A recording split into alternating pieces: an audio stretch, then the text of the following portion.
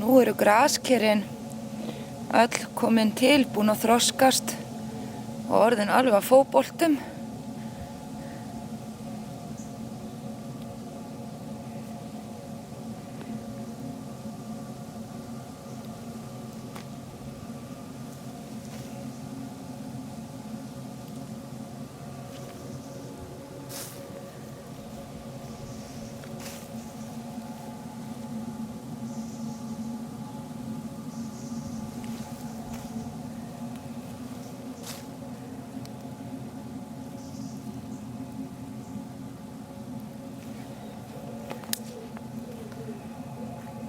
Eins og sést þá alveg hellingur af þeim hér.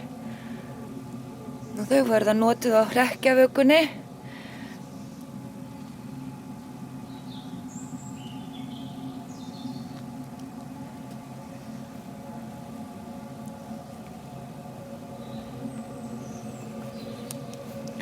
Og þó að það sé komin 1. október, þá þær enn að blómstra hérna.